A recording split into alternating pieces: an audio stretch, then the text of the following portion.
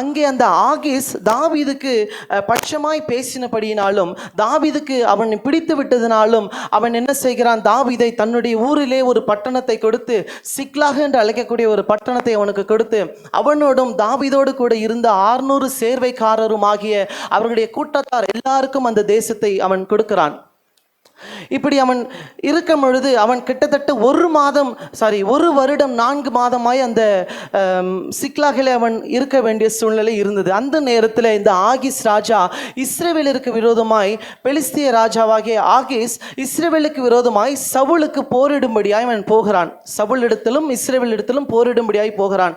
அதற்கு இந்த தாவீதே நீர் நீங்க எங்க கூட வாங்க, என் கூட நீங்க யுத்தத்தில் நீங்க எனக்கு துணை நில்லுங்கன்னு சொல்லி கேட்கிறாரு. அதுக்கு அந்த தாவீது, ராஜாவே நான் கூடவே இருந்து இந்த யுத்தத்திற்கு நான் உங்க கூடவே இருப்பேன், அது உங்களுக்கு தெரியாதா அப்படின்னு சொல்லி அவர் தாவீது சொல்றாரு. அப்பொழுது இந்த ஆகீஸ் சொல்றாரு, நீ எனக்கு மெய்க்காவலனாய் இருப்பாய் என்று சொல்லி அவர் சொல்றார். அந்த மெய்க்காவலன் என்று சொன்னால் இந்த தாவீதை அடுத்து தான் இந்த ராஜா கிட்டேயே அவங்க எதிராளி பட்டாலும் வர முடியும். அந்த அளவுக்கு அவர் தன்னை ஒரு மெய் காப்பாளனாக வைத்தார். ஆனால் இந்த ஆகீஸுக்கு தாவீதை எவ்வளவு பிடித்ததோ அது அவங்களுடைய கூட்டத்தாராகிய பெலிஸ்தியர் பிரபுகளுக்கு அவரை பிடிக்கவில்லை. அதனால் அவர் சொல்றார், ஆகீஸ் ராஜாவை உமக்கு கொஞ்சம் கூட உங்களுக்கு யோசனை இல்லையா? இந்த தாவீது என்பவன் யார்?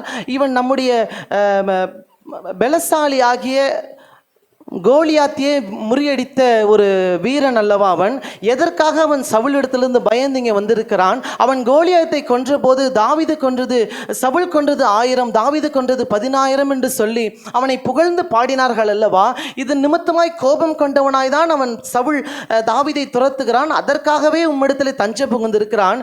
நீர் இப்போது இஸ்ரவேலரை எதிர்க்கும்படியாகவே இந்த தாவீதை கூட்டிக் கொண்டு போகிறீரே, இந்த தாவீதும் ஒருவேளை இஸ்ரவேலின் ராஜாவாக இருப்பார், உங்களுக்கு தெரியுமா அப்படி என்று கேட்டு அவர் சொல்லுகிறார், இவர் நமக்கு யுத்தத்தில் இவன் நமக்கு சத்ருவாய் இருப்பானே என்று சொல்லுகிறார். இதன் பிறகு அந்த ஆகீஸ் ராஜா எப்படியாவது இந்த தாவீதை அனுப்பிவிட வேண்டும் என்று சொல்லி அந்த பிரபுக்கள் சொன்னது நிமித்தமாய் அந்த தாவீதை மீண்டுமாய் அந்த சிக்லாகுக்கு அனுப்பிவிடுகிறார்.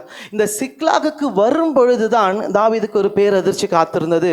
அது என்ன? அவன் வருகிற நாளிலே அமலேக்கியர் பட்டாளம் முன்பதாகவே சென்று அந்த இடத்துல தாவீது இல்லை என்பதை அறிந்து இதற்கு முன்பதாகவே அங்கே சென்று அங்கே இருக்கிற தன்னுடைய 600 பேருடைய குடும்பத்தாரையும் தன்னுடைய மனைவிமார்களையும் தன்னுடைய தாய் தகப்பன் எல்லாரையும் அவர்கள் என்ன செய்கிறார்கள்? அமலேக்கியர் சிறையாய் பிடித்து கொண்டு போய்விட்டார்கள். இதை பார்த்து இந்த தாவீதோடு கூட இருந்த 600 பேரும் தங்களில் பெலன் இல்லாமல் போக மட்டும் அழுதார்கள் என்று சொல்லி வேதவசனம் சொல்லுகிறது. அந்த நேரத்தில் தாவீதோடு கூட இருந்த அந்த 600 பேரும் என்ன செய்கிறார்கள்? தாவீதை எப்படியாவது கொன்றுவிட வேண்டும், இவனால் தான் நமக்கு இந்த சம்பவம் நேரிட்டது என்று சொல்லி அவனை கல்லெறியும்படி தொடர்கிறார்கள். இது நிமித்தமாய் அந்த தாவீது மிகவும் நெருக்கப்பட்டான் என்று சொல்லி வேதவசனம் சொல்லுகிறது.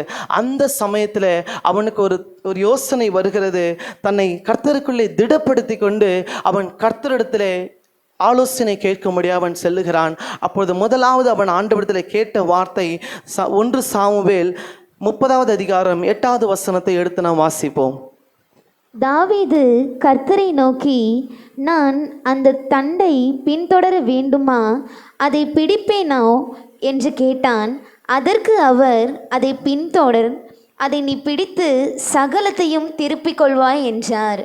அதை நீ பின்தொடர், நீ அதை பிடித்து சகலத்தையும் திருப்பிக் கொள்வாய் என்று கர்த்தர் இந்த தாவீதுக்கு சொன்னார். இன்றைக்கு கர்த்தர் இந்த மாதத்தின் வாக்குத்தத்தமாக உங்களுக்கு சொல்லுகிறது, சகலத்தையும் திருப்பிக் கொள்வாய். ஹல்லேலூயா, ஹல்லேலூயா. இந்த 3 மாத காலம் அளவும் எதைகளாக நீங்கள் இழந்தீர்களோ அல்லது இத்தனை வருடங்களாக என்னென்ன காரியங்களை நீங்கள் இழந்தீர்களோ அந்த இழந்த எல்லாவற்றையும் திருப்பிக் கொள்ளும்படியாய் சகலத்தையும் நீ திருப்பிக் கொள்வாய் என்று கர்த்தர் உங்களுக்கு சொல்லுகிறார். ஹல்லேலூயா. இந்த வசனத்தை ஆவியானவர் 2 இடத்துல பேசும்பொழுது நான் சொன்னேன், என்னுடைய அலுவலகத்துக்கான காரியத்தை நான் யோசித்து கொண்டிருந்தேன். ஆண்டவரே, நீர் இந்த மாதத்தில் எனக்கு நீங்கள் சொன்ன வார்த்தையின்படியே நடத்த வேண்டும் என்று சொல்லி நான் கேட்டுக்கொண்டிருக்கிறேன். கூடிய விரைவில் உங்களுக்கு நான் சாட்சியாய் சொல்லுவேன். ஹல்லேலூயா. அது மாத்திரமல்ல, இந்த தாவீது கர்த்தரிடத்திலே அவன் கேட்டு அவன் காரியங்களை ஆலோசனை பெற்றுக்கொள்ளுகிற ஒரு மனிதனாய் காணப்படுகிறான். இந்த இழந்து போன ஆசீர்வாதம் எதனால் இவன் இழந்து போகிறான்? அந்த தேசத்திலே அமலேக்கிய பட்டாளம் வந்து அந்த அவர்களுடைய தாய் தகப்பன்மார்கள், அவருடைய பிள்ளைகள், அவருடைய உறவினர்கள், அவருடைய மனைவிகள் எல்லாரையும் அடிமைகளை சிறைப்பிடித்து கொண்டு போகிறார்கள். அவர் தாவீது மிகவும் நெருக்கப்படுகிறார். 1 சாமுவேல் 30வது அதிகாரம் 4வது வசனம் சொல்லுகிறது, தன்னில் பெலன் இல்லாமல் போக மட்டும் சத்தமிட்டு அழுதார்கள் என்று சொல்லப்பட்டிருக்கிறது. 6ஆம் வசனத்திலே அவனை கல்லறிய வேண்டும் என்று சொன்னபோது அவன் மிகவும் நெருக்கப்பட்டவனாய் கர்த்தரிடத்திலே தன் மனதை திடப்படுத்திக் கொள்ளுகிற ஒரு மனப்பக்குவம் உள்ளவனாய் அவன் காணப்படுகிறான். அல்லேலூயா.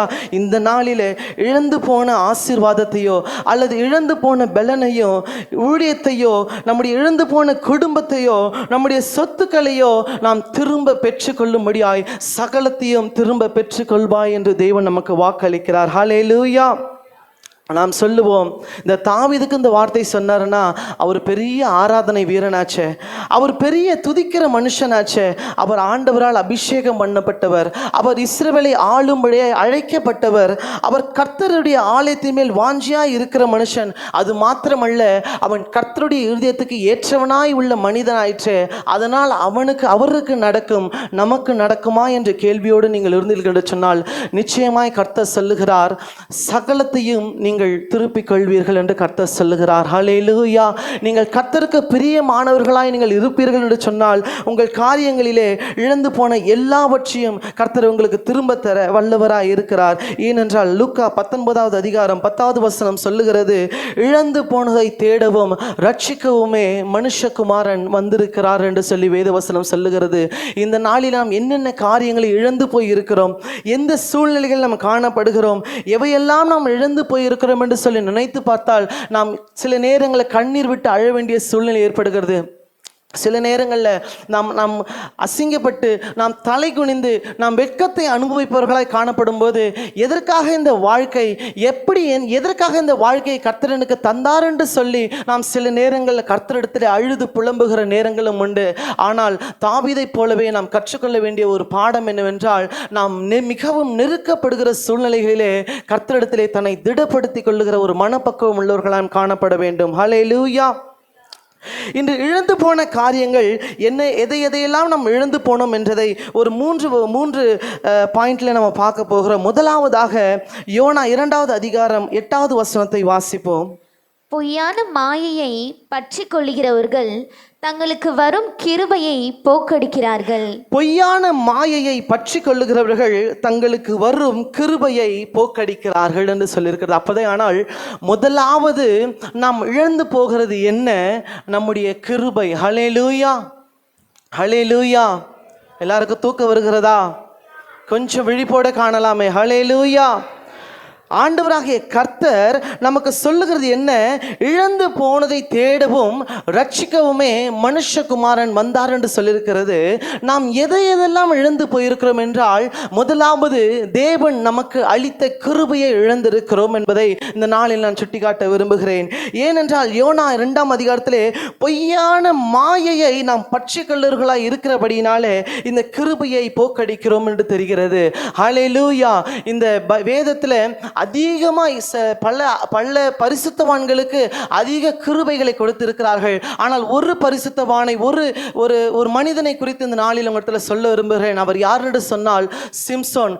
பலசாலியாகிய சிம்சோன், அவர் கர்த்தர் வயிற்றில் இருக்கும் போதே தாயின் கர்ப்பத்தில் உருவாகிறதற்கு முன்பதாகவே தீர்க்கதரிசனமாய் சொல்லப்பட்டு இவர் இஸ்ரவேலை, கர்த்தருடைய ஜனங்களை ரட்சிக்க வேண்டிய ஒரு நியாயாதிபதி என்று அவரை ஏற்கனவே முன்குறித்து வைத்திருந்தாலும் அவர் தனக்கு கொடுத்திருந்த அந்த ஆசீர்வாதத்தை, தனக்கு கொடுத்திருந்த அந்த கிருபையை அவர் போக்கடிக்கிற மனிதனாய் காணப்பட்டார். இந்த சம்பவம் உங்களுக்கு எல்லாருக்குமே தெரியும். இந்த சிம்சோன் என்ன செய்தார் என்று சொன்னால், நியாயாதிபதிகள் 16ஆம் அதிகாரத்தை எடுத்து வாசித்தீர்கள் என்று சொன்னால் அவர் செய்கிற எல்லா காரியங்களும் தெரிந்திருக்கும். அதில் குறிப்பாய் 15வது வசனத்தில் சொல்லப்பட்டிருக்கும், அவர் தெல்லிலால் என்னக்கூடிய ஒரு சகோதரியின் மடியின் மீது படுத்துக்கொண்டு அந்த மகள் மீது ஆசைப்பட்டு அவள் என்ன செய்கிறார்னா, கர்த்தர் சொல்ல வேண்டாம் என்று சொன்ன ரகசியத்தை அந்த பெண்ணிடத்தில் சொல்லுகிறார். அது எப்போ சொல்றாருன்னா, ஒரு வாட்டியில் 2 வாட்டியில் 3 வாட்டி பொய்யை தான் சொல்றாரு. ஆனா அந்த 3 வாட்டியும் ஒருவேளை சிந்திச்சு பார்த்துருக்கலாம். ஃபஸ்ட்டு வாட்டி அந்த பொண்ணு கேட்குறாங்க, உன்னை எதுனால நான் வந்து பலவீனமாக ஆக்கலாம் அப்படின்னு சொல்லி கேட்கும்போது அவர் ஒரு காரியத்தை சொல்கிறாரு. இப்படி 3 தரம் அவங்க சோதிக்கிறாங்க. ஒரு வாட்டி சொல்லும்போது அதே மாதிரி அவங்க செய்கிறாங்க, செஞ்ச உடனே எதிராளி பட்டாளம் வருது, அவரை முறியடிக்கலாம்னு சொல்லிட்டு அந்த நேரத்தில் அவர் என்ன பண்ணுறாரு, தப்பிச்சிடுறாரு. அப்போவே அவர் யோசிச்சிருக்கணும், எதுக்கு இந்த பொண்ணு என்கிட்ட இதை கேட்குறா, இதை கேட்டுட்டு உடனே எதிராளி பட்டாளம் வர்றாங்களே அப்படின்னு சொல்லி ஃபஸ்ட்டே யோசிச்சிருக்கணும். அவர் யோசிக்கல. 2வது வாட்டியும் அதை சொல்கிறாங்க, 2வது வாட்டி அதே காரியத்தை தான் பண்ணுறாரு, கேட்கல. 3வது வாட்டியும் அதே சம்பவத்தை தான் பண்ணுறாரு. 3 வாட்டி சான்ஸ் கொடுத்து பார்த்துட்டாரு ஆண்டவர், 3 வாட்டியும் கேட்கல. 4வது வாட்டி வாயை திறந்து ஓப்பன் பண்ணிட்டான். ஏன்னா அந்த பொண்ணு அவ்வளவு நச்சரித்தது. ஹல்லேலூயா. இது நிமித்தமாக அவன் ஆண்டவர் சொல்லக்கூடாது என்று சொல்லின அந்த ரகசியத்தை அவன் சொல்லிவிட்டான். காரணம் என்ன? ஒரு அற்பமான பெண் மீது வைத்திருந்த நேசத்து நிமித்தமாய் அவன் கர்த்தர் வேண்டாம் என்று சொல்லின அந்த ஆசீர்வாதத்தை, அந்த கிருபையை அவன் போக்கடிக்கிற மனுஷனாய் காணப்பட்டான். அவன் தன்னுடைய பாவத்தினாலே அவனுடைய கிருபையை இழந்து போனான். ஹல்லேலூயா. இந்த நாளில் பெரிய ரட்சிப்பை கொடுக்க வேண்டிய அந்த சிம்சோன் அவன் குருட்டாக்கப்பட்டவனாய், அவன் தன் பலன் முழுவதும் போனவனாய், அவன் மாவரைக்கிறவனாய், அவன் ஒரு விளையாட்டு காட்டுகிற ஒரு பொம்மையை போல அல்லது சர்க்கஸ் காட்டுகிற ஒரு குரங்கினை போல அவன் காட்டப்பட்டு அந்த மீதியானவர் கையில் அவர் மாட்டிக்கொண்டான். காரணம் என்ன? தேவன் வேண்டாம் என்று சொல்லின அல்லது அவருக்கு தேவன் தந்த கிருபையை அவன் போக்கடிக்கிறவனாய் காணப்பட்டான். இன்றைக்கு தேவன் தந்த கிருபையை நாம் இழந்திருப்போம் என்று சொன்னால், நாம் போக்கடிக்கிற மனுஷராக காணப்படுவோம் என்று சொன்னால் நம்முடைய வாழ்க்கை என்னமாய் முடியும்? மாறாக மற்றவர்கள் சொல்லுவார்கள், இனி வராது, இனி திரும்ப இதை எடுக்க முடியாது. நாம் நினைப்போம், எனக்கு பாடுற கிருபை இருக்கு, எனக்கு ஊழியம் செய்கிற கிருபை இருக்கு, எனக்கு இன்ஸ்ட்ருமெண்ட்ஸ் வாசிக்கிற கிருபை இருக்கு, எனக்கு நிறைய டேலண்ட்ஸ் இருக்கு அப்படின்னு சொல்லுவாங்க. சிலருக்கு ஒரு மேலான கிருபை குணாதிசயம் இருக்கும். என்னென்னா எல்லாரிடத்திலும் தாழ்ந்து போகிறதான ஒரு குணாதிசயம் இருக்கும். இப்படி எல்லா கிருபைகள் இருந்தாலும் அந்த கிருபைகளை சரிவர பயன்படுத்த வேண்டும் என்று சொல்லி வேதம் சொல்லுகிறது. நான் மத்தேயுல பார்த்தோம் என்று சொன்னால், அந்த தாளந்துகளை வாங்கி அதை 5ஐ 10ஆகவும் 2ஐ 4ஆகவும் அப்படி மாற்றினவனுக்கு தேவன் பரலோக ராஜ்யத்தை தருகிறார். 1ஐ வாங்கி புதைத்து வைத்தவனுக்கு அவன் நரகத்திலே தள்ளப்படுகிறான் என்று சொல்லி வேதத்தில் வாசிக்கிறோம். இப்படியாய் இந்த கிருபையை போக்கடிக்கிறவர்களாக நாம் காணப்பட்டோம் என்று சொன்னால் நம்முடைய வாழ்க்கை நாம் சகலத்தையும் திருப்பிக் கொள்ள வழி இல்லை. ஆனால் கர்த்தரிடத்தில் திரும்பும் பொழுது கர்த்தர் நம்முடைய கிருபையை என்றென்றைக்கும் காப்பேன் என்று வாக்களிக்கிறார். சங்கீதம் 89:28 வசனத்தை எடுத்து வாசிப்போம். என் கிருபையை என்றென்றைக்கும் அவனுக்காக காப்பேன். என் கிருபையை என்றென்றைக்கும் அவனுக்காக காப்பேன். யார் அவர்கள்? இன்றைக்கு இந்த சபையில வந்து உட்கார்ந்து கொண்டிருக்கிற நீங்களும் நானும் தான்.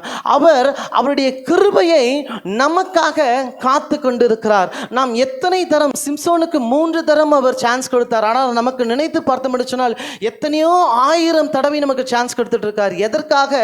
எப்படியாவது ஒரு நாள் என் மகள் என்னிடத்தில் திரும்ப மாட்டாளா, என் மகன் என்னிடத்தில் திரும்ப மாட்டானா என்று சொல்லி கர்த்தர் கொஞ்சம் கொஞ்சமாய் நம்மை பார்த்து கொண்டு இருக்கிறார். சில நேரங்களில் விட்டுவிடவும் செய்கிறார். ஆனால் முழுவதுமாய் விட்டுவிடாமல் மட்டாய் தண்டிக்கிற தேவனாய் இருக்கிறார். ஹல்லேலூயா, ஹல்லேலூயா.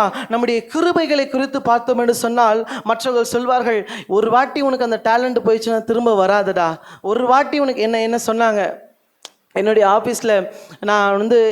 ஆஃபீஸில் நான் பொசிஷனில் உட்காந்துட்டு இருக்கும்போது, திரும்ப இப்போ ஒர்க் பண்ணுற ஆஃபீஸில் பொசிஷன் இல்லை, யூசர் லெவலில் தான் நான் போய் ஒர்க் பண்ணிகிட்ருக்கேன். அப்படி இருக்கும்போது சொன்னாங்க, திரும்பவும் போய் கிடைக்கிறது ரொம்பவே கஷ்டம்டா, அதெல்லாம் கிடைக்காதுடா அப்படின்னு சொன்னாங்க.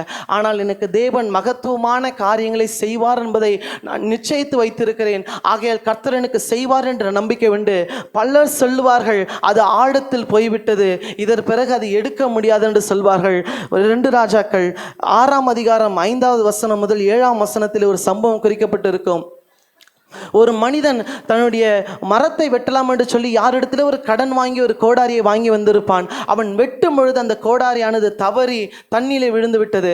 தண்ணீரில் விழுந்து விட்ட உடனே அவன் யோசிக்கிறான், ஐயோ இதை நான் கடன் வாங்கி வந்தேனே, அவனுக்கு தர வேண்டும் என்று சொல்லும்போது ஒரு தேவ மனிதன் வந்து அந்த இடத்துல ஒரு கொம்பை போடுகிறார். இரும்புதான், ஆனாலும் அது தண்ணீரில் மிதந்தது. ஹல்லேலூயா. அது இரும்பு ஆழத்தில் எப்பயோ போயிட்டு இருக்கோம், அது எடுக்கிறதுக்கான வழி இல்லை. ஆனால் தேவன் எப்படியே எப்படியேனும் சிலரை ஆதாயப்படுத்தும்படியாய், எப்படியேனும் நமக்கு நம்முடைய சகலத்தையும் நாம் திருப்பிக் கொள்ளும்படியாய் அந்த இடத்துல ஒரு வழியை உண்டு பண்ணார். ஹல்லேலூயா, ஹல்லேலூயா. இன்னைக்கு நாம் சொல்லுவோம், என்னுடைய கிருபையை இழந்துட்டனே, எப்போ என்னுடைய கிருபை கிடைக்கும் என்று சொன்னால், கர்த்தர் ஆழத்திலே விழுந்தாலும் அதை மிதக்க செய்ய தேவன் வல்லவராய் இருக்கிறார். அவர் நம்முடைய கிருபையை நமக்கு திரும்ப தருவார். ஹல்லேலூயா, ஹல்லேலூயா. இரண்டாவது, நாகூம் எழுதின புத்தகம் 2வது அதிகாரம் 2வது வசனத்தை வாசித்தோம் என்று சொன்னால் அதிலே ஒரு காரியம் குறிப்பிடப்பட்டிருக்கும். வாசிப்போமே.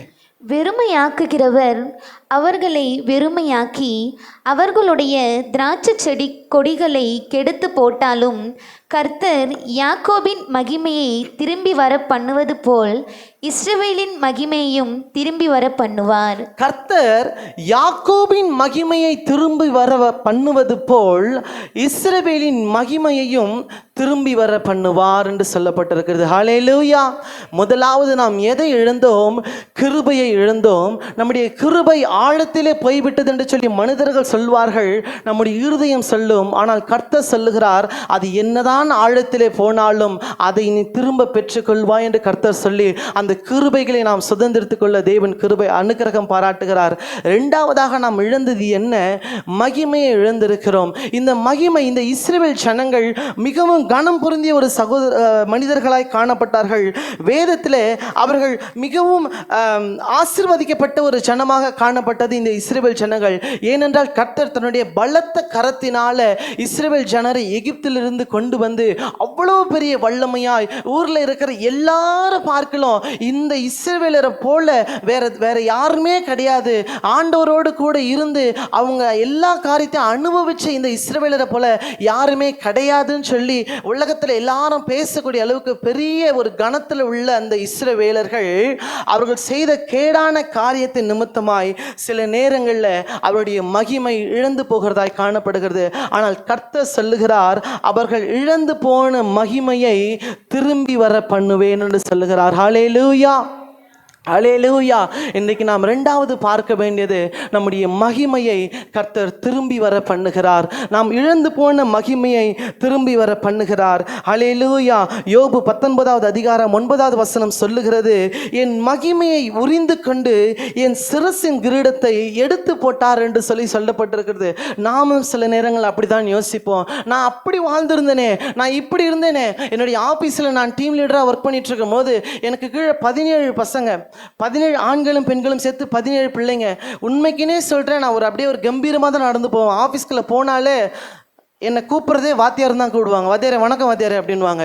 எனக்கு ஒரு பக்கம் மேட்டிமையாக இருந்தாலும் ஒரு பக்கம் கிண்டலாக இருக்கும், டேய் சும்மா கம்முன்னு இருங்கடா, யாராவது பார்த்தாங்க திட்ட போகிறாங்க அப்படிலாம் கூட சொல்லுவேன். ஆனால் உண்மைக்குன்னே சொல்கிறேன், என் டீமில் 17 பேர் இருக்கும் போது எங்கள் ஆஃபீஸ்லேயே 17 பேர் டீம் கொண்ட ஒரே மனுஷன் நான் மட்டும்தான். எப்படா இவ்வளோ பெரிய டீம் நீ மட்டும் வச்சுட்ருக்க, எல்லாருக்கும் 4, 3, 5 தான் இருக்குது, நீ எப்படான்னு கேட்டாங்க. இடே தெரிலடா, என்னையும் ஒரு மனுஷன் நம்பி அந்த மனுஷன் குத்து வச்சுக்கிறாரா அப்படின்னு சொல்லுவேன். ஆனால் நான் நிற்பேன் என்று நினைத்தேன். அதை வேதம் சொல்லுகிறது, நிற்பேன் என்று நினைக்கிறவன் கொஞ்சம் யோசிக்கணும், அவன் எப்போ வேணாலும் விழுந்து போவான் அப்படின்னு சொல்லுது. அந்த போல நான் நினச்சனோ என்னவோ, கொஞ்சம் பெருமைப்பட்டனோ என்னவோ விழுந்துட்டேன். ஆண்டவர் எப்படியோ என்ன அப்படியே தட்டி உட்கார வச்சாலும் எனக்கு தெரியும், நான் சகலத்தையும் திருப்பிக் கொள்வேன் என்று எனக்கு தெரியும். ஹல்லேலூயா, ஹல்லேலூயா. இந்த வேத வசனத்தில் இந்த காரியத்தை குறித்து பார்க்கும் பொழுது நாம் நேபுகாத் நேச்சாரின் காரியத்தை குறித்து வாசிப்போம். தானியேல் 4வது அதிகாரம் 29-30 வசனங்களில் பார்த்தோம் என்று சொன்னால், இந்த நேபுகாத் நேச்சார் தன்னுடைய அலங்கத்தின் மேலே நின்று கொண்டு அவர் சொல்லுகிறார், வாசிங்கம்மா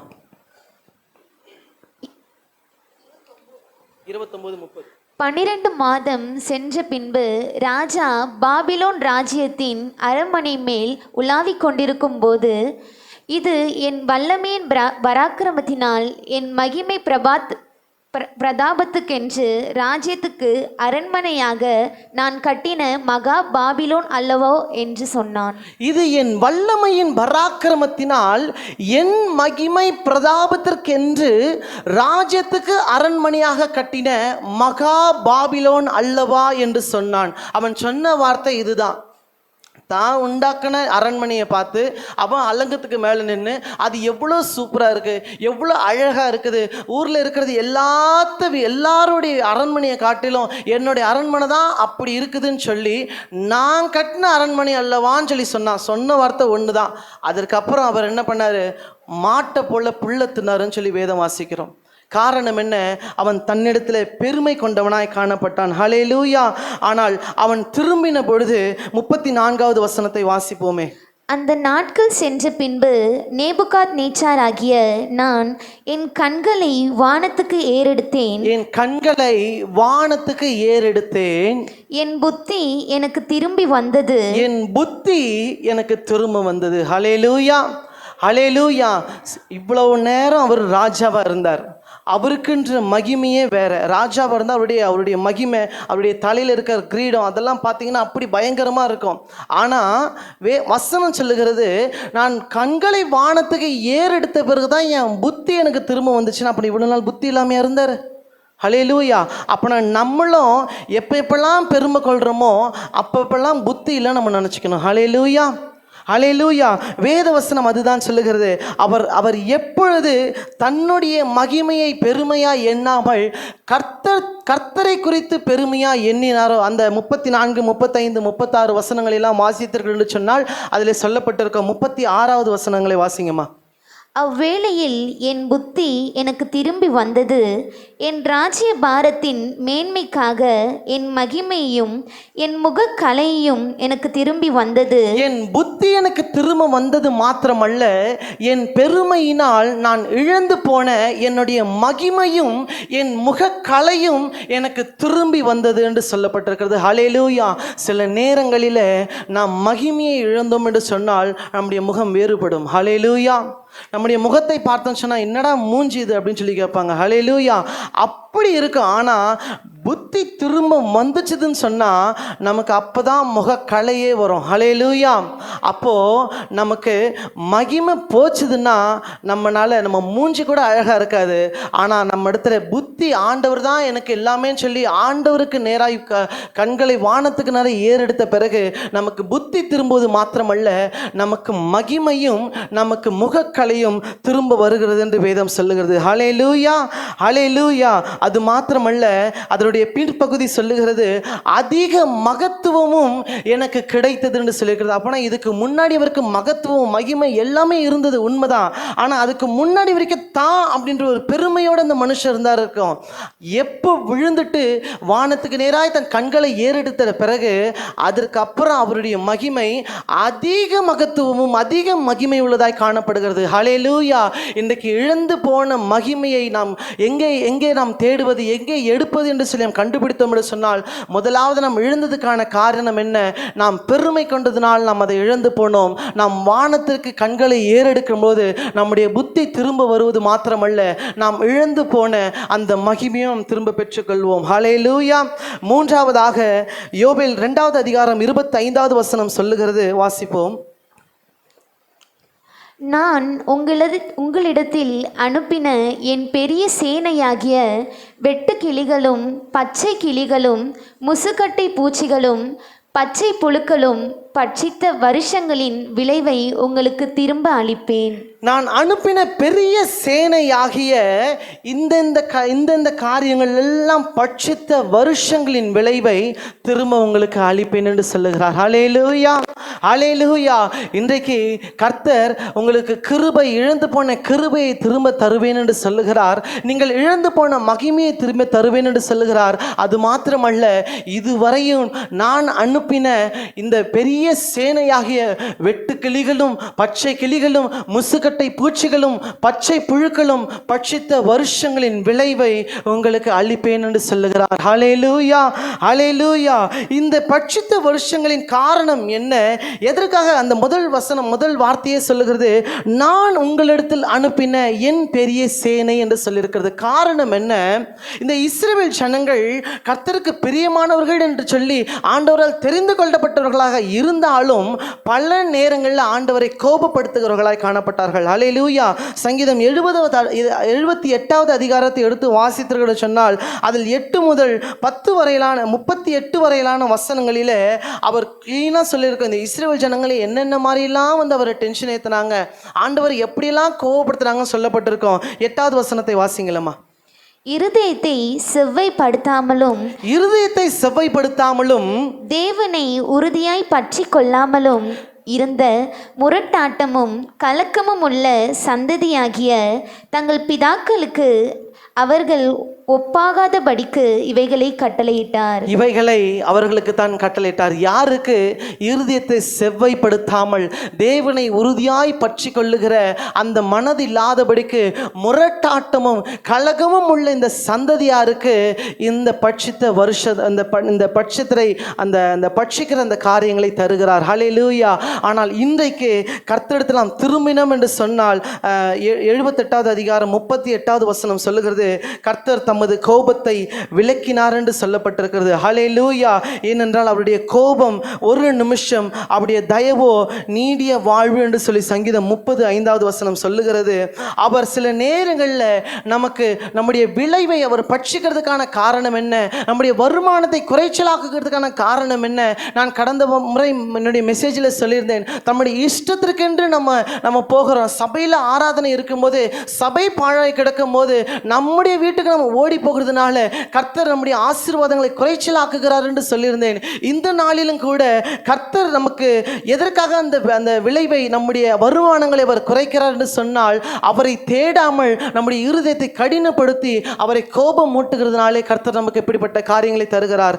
ஆனாலும் கூட அவர் அவருடைய கோபத்தை விலக்கி சில நேரங்கள் நமக்கு ஆசீர்வாதங்களை தருகிறார். முடிவாக நாம் செய்ய வேண்டியது என்னவென்று சொன்னால், நாம் ஏற்கனவே பார்த்தது போல 1 சாமுவேல் 30:6 சொல்லுகிறது, தாவீது நெருக்கப்படும் போது தன்னை திடப்படுத்தி கொண்டான். அவன் எப்படி தன்னை திடப்படுத்தி கொண்டான்? அவனுக்கு சோறு வரும் பொழுது அவன் சொல்லுவான், நான் சங்கீதம் 42:5 என் ஆத்துமாவே ஏன் கலங்குகிறாய், ஏன் எனக்குள் தியங்குகிறாய், கர்த்தரை நோக்கி காத்திரு. அவருடைய சமூகத்திலிருந்து ஒரு ரட்சிப்பை நோக்கி, ரட்சிப்பை நிமித்தம் இன்னும் அவரை துதி.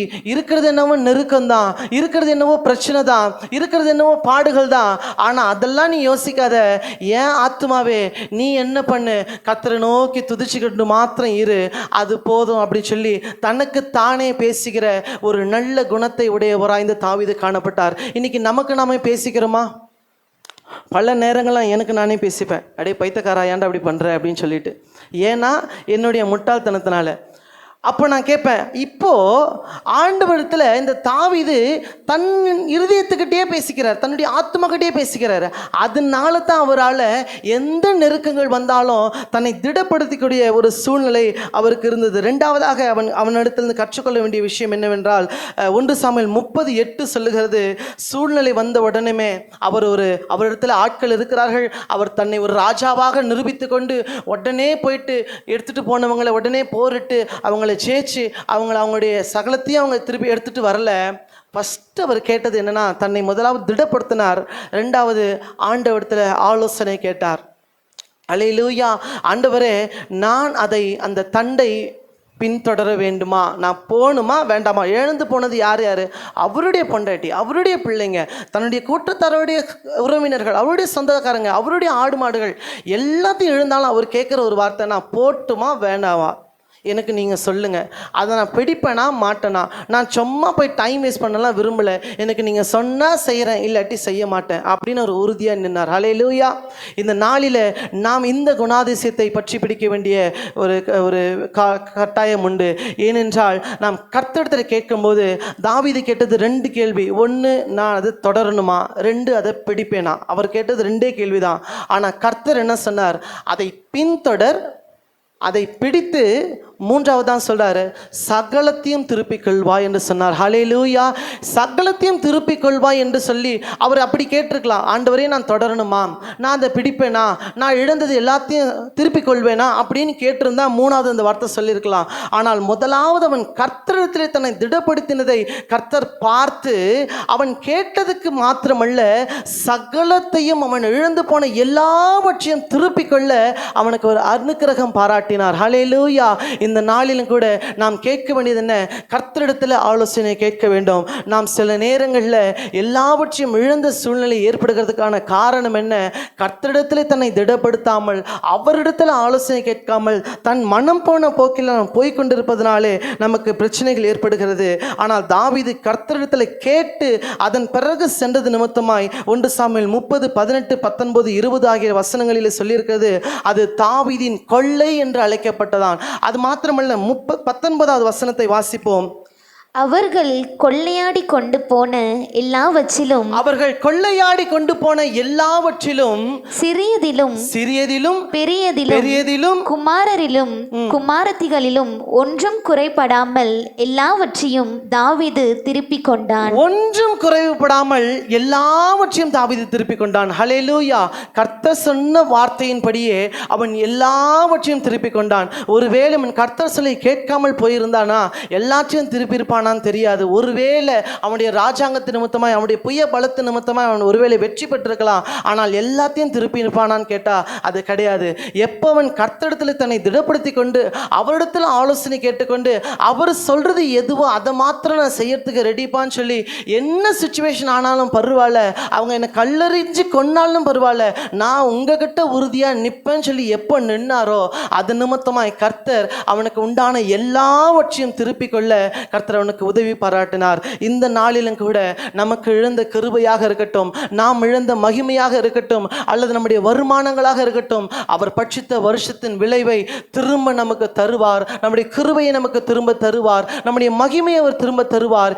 எல்லாவற்றையும் சகலத்தையும் திருப்பி கொள்வாய் என்ற வாக்குத்தத்தத்தை நமக்கு அளித்து கர்த்தர் நம்மளை ஆசீர்வதிப்பார். கண்களை மூடி நாம் அவரிடத்தில் பார்ப்போம். ஹல்லேலூயா. ஸ்தோத்திரிக்கிற கர்த்தாவே, உம்மை நன்றி துதிக்கிறோம் அப்பா, ஸ்தோத்திரிக்கிறோம். தேவனாகிய கர்த்தர், நீர் பேசின இந்த நல்ல வார்த்தைக்காய் நன்றி செலுத்துகிற தகப்பனே. எங்கள் பாவங்களை மன்னிங்க. நீர் சொன்ன வாக்குத்தத்தத்தின்படியாய் நாங்கள் சகலத்தையும் திருப்பிக் கொள்ள நீர் எங்களுக்கு அனுக்கிரகம் பாராட்டுங்க தகப்பனே. நீர் ஒருவரே ஆண்டவரே எங்களை நடத்துகிறவர். எங்கள் காரியங்களை நீர் மேற்பட்டுக் கொள்ளுங்க. ஆசீர்வதியும் பலப்படுத்துங்க. இயேசுவின் நாமத்தில் பிதாவே, ஆமென், ஆமென். பாடல் பாடுகிற வேளையிலே கர்த்தருடைய நாமத்துக்கு மகிமையாய் காணிக்கை சேகரிக்கப்படும்.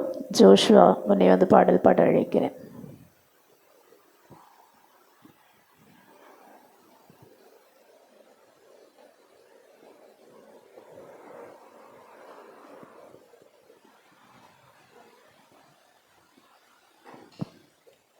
அல்லேலூயா, அல்லேலூயா. சந்தோஷமாயிருங்க, எப்பொழுதும் சந்தோஷமாயிருங்க. சந்தோஷமாயிருங்க, எப்பொழுதும் சந்தோஷமாயிருங்க. என்னதான் நேர்ந்தாலும் சோர்ந்து போகாதீங்க. என்னதான் நேர்ந்தாலும் சோர்ந்து போகாதீங்க.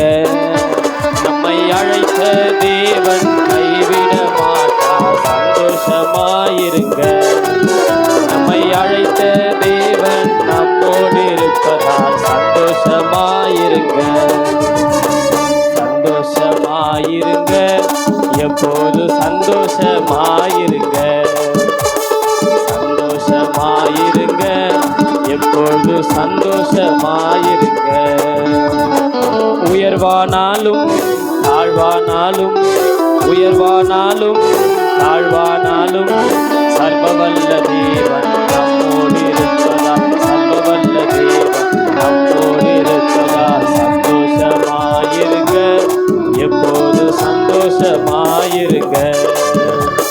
நெருக்கத்தின் நேரத்திலும் கண்ணீரின் பாதையிலும்,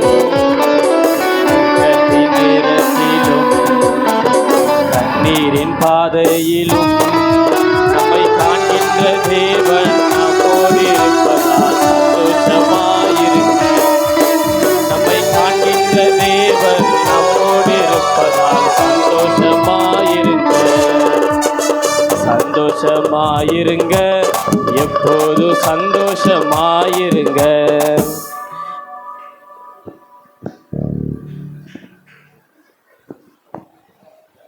தலைகளை தாழ்த்தி நாம் ஜெபம் செய்வோம். ஆண்டவர் அருளின வாக்கின்படியே சகலத்தையும் திருப்பிக் கொள்ள கர்த்தர் கிருபை செய்வாராக. ஹல்லேலூயா, ஹல்லேலூயா. நாம் இழந்து போன கிருபை, நாம் இழந்து போன மகிமை, நாம் இழந்து போன விளைவுகள் யாவையும் திருப்பிக் கொள்ளும்படியாக கர்த்தருடைய கிருபை நம்மோடு கூட இருப்பதாக. எல்லாரும் தலைகளை தாழ்த்தி, ஆண்டவரே, நாங்கள் செய்த எல்லா பாவங்களையும் மன்னித்து ஒரு விசை கூட உடைய பிள்ளைகளாக எங்களை ஏற்றுக்கொள்ளும். இந்த புதிய மாதம் எங்களுக்கு ஆசீர்வாதமாய் இருக்க தேவன் கிருபை செய்யும் என்று கேட்போமாம். எங்களை நேசிக்கிற நல்ல தகப்பனே, நன்றியோடு கூட நாங்கள் துதிக்கிறோம். ஆண்டவரே, ஸ்தோத்தரிக்கிறோம். கர்த்தர் எங்களோடு கூட விளம்பின அந்த வார்த்தைகளுக்காக நாங்கள் உமக்கு கோடி நன்றிகளை ஏறெடுக்கிறோம். ஆண்டவரே, வார்த்தைகளை அளித்த தம்பி உடைய கரத்திலே ஒப்பு கொடுக்கிறோம். பல மடங்காய் ஆசீர்வதித்து பலருக்கு பயன்படும்படியாக கர்த்தர் எடுத்து பயன்படுத்த வேண்டும் என நாங்கள் ஜெபிக்கிறோம். ஆண்டவரே, இந்த வார்த்தைகளை கேட்டிருக்கிற நாங்கள் யாவரும் ஆண்டவரே, நாங்கள் இழந்து போன கிருபையை, மகிமையை, பலன்களை மறுபடியும் திருப்பிக் கொள்ள கர்த்தர் கிருபை செய்வீராக. இந்த மாதம் எங்களுக்கு ஆசீர்வாதத்தை திருப்பிக் கொள்ளுகிற மாதமாக இருக்க கிருபை செய்யும். எங்களை தாழ்த்தி ஒப்பு கொடுக்கிறோம். தாங்கிக் கொண்டு வழி நடத்தும். துதிகன மகிமையை உமக்கே செலுத்துகிறோம். மீட்பிரேசுவின் நாமத்தில் ஜெபிக்கிறோம். எங்கள் ஜெபம் கேளும் நல்ல பிதாவே. ஆமேன், ஆமேன். சேர்ந்து சொல்லுவோம். என் ஆத்துமாவே கர்த்தரை ஸ்தோத்திரி, என் முழுமே பரிசுத்த நாமத்தை ஸ்தோத்திரி.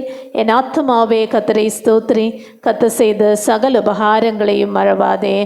ஆமேன். ஆசீர்வாதம் நம்முடைய அன்புள்ள கர்த்தரும் இரட்சகருமாகிய இயேசு கிறிஸ்துவின் கிருபையும் பிதாவாகிய தேவனுடைய அன்பும் பரிசுத்த ஆவியானவரின் அந்யோன்ய ஐக்கியமும் சிநேகமும் என்றும் என்றும் சதா காலங்களிலும் கர்த்தரின் வருகை மட்டும் கடைசி பரியந்தம் தங்கி இருப்பதாக. ஆமேன், ஆமேன். ஹல்லேலூயா. கர்த்தர் தாமே உங்களை ஆசீர்வதிப்பாராக. தொடர்ந்து இருக்கிற ஆராதனைகளை தயவாய் நினைவில் கொள்ளுங்கள். நாளைக்கு சாயங்காலத்திலே நமக்கு இங்கே அந்த பெரிய வியாழன் திருவிருந்து ஆராதனை சாயங்காலம் 7 மணிக்கு நடைபெறும். வெள்ளிக்கிழமை காலை 10 மணிக்கு குட் ஃப்ரைடேக்கான ஆராதனை நடைபெறும். ஞாயிற்றுக்கிழமை ஈஸ்டர் ஆராதனை காலை 5 மணிக்கு நடைபெறும். தயவாய் சபையார் எல்லாரும் தவறாமல் கலந்து கொண்டு தெய்வ ஆசீர்வாதம் பெற அன்பாய் அழைக்கிறேன். கர்த்தர் உங்களை ஆசீர்வதிப்பாராக.